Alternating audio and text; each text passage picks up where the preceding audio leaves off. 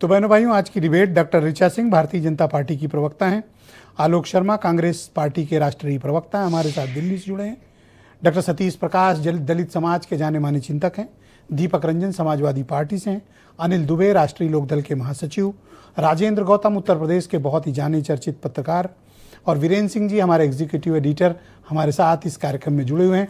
आलोक शर्मा जी, कार्यक्रम की शुरुआत आपसे, और मेरी इस हैरानी और को आप दूर करिए, बताइए कि अचानक से कांशीराम जी के प्रति आप लोग इतने दयावान, मेहरबान, कदरदान हो गए। अचानक से आप लोगों के वैचारिक परिवर्तन का कारण जान सकते हैं सर? ब्रजेश भाई नमस्कार, और सभी तमाम दर्शकों को भी नमस्कार।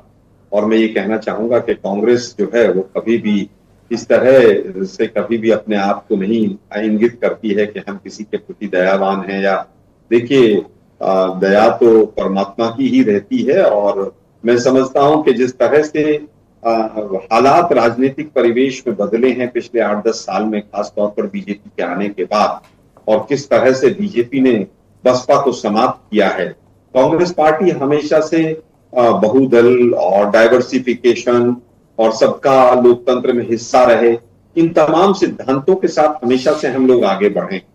लेकिन दुर्भाग्य ये है कि जिस तरह से बसपा ने और खासतौर पर मायावती जी ने, बहन जी ने सरेंडर किया है बीजेपी के कहने से, इससे कहीं ना कहीं मायावती जी ने जो एक अलग जो लगता था कि जगाया है, और जिस तरह से काशीराम जी ने कुछ एक रास्ते बनाए थे खासतौर पर उत्तर प्रदेश के लिए और बहुजन समाज के लिए, मुझे लगता है कि वो कहीं ना कहीं रास्ते जो है वो भटके बसपा के द्वारा। इसीलिए कांग्रेस पार्टी ने इस चीज की जरूरत को महसूस किया।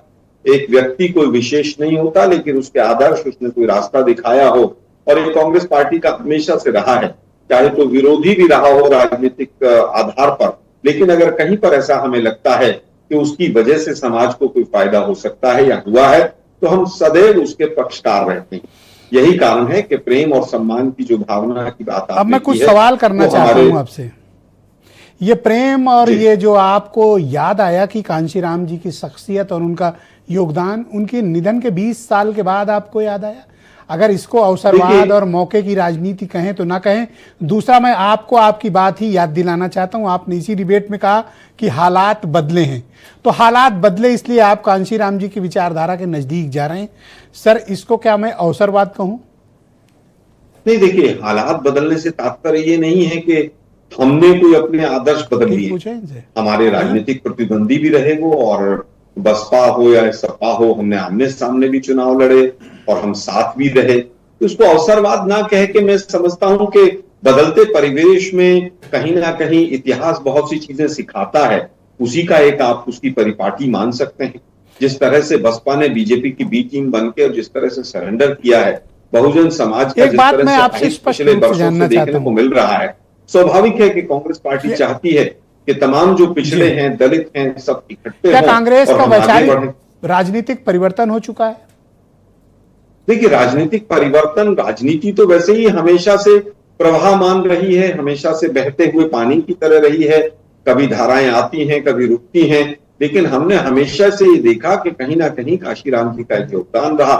और माननीय राहुल गांधी जी ने तो काफी बड़ी बात कही ही है। तो हमारे विचार हमेशा से, चाहे छोटे दल हो चाहे बड़े दल हो, हमारे सहयोगी हो चाहे हमारे विपक्ष में रहे। एक सवाल और है, फिर आगे बढ़ेंगे सर। 2004 से 2010 तक आपकी केंद्र की सरकार थी, आपने कांशीराम जी के लिए क्या किया? देखिए, मुझे लगता है कि उस समय पे उत्तर प्रदेश में हम पूरी तरह से प्रतिद्वंदी के तौर पर थे, और शायद हम कुछ करना भी चाहते तो बहन मायावती एक सबसे बड़ा एक कारण बनती कि शायद वो नहीं चाहती कि काशीराम जी के प्रति कांग्रेस की जो भावनाएं हैं वो जनता के बीच में जाए। तो कई बार इस तरह का प्रयास किया गया। वो तो अब भी नहीं चाहती है, कितना भला बुरा आपको कहा है, समाचार में बहुत गुस्साई है, बहुत डांटी है आप लोग। सोनिया जी हो चाहे प्रियंका जी रही हो, सभी ने वहां पर पूरा अपना एक वो रखा है, स्नेह रखा है।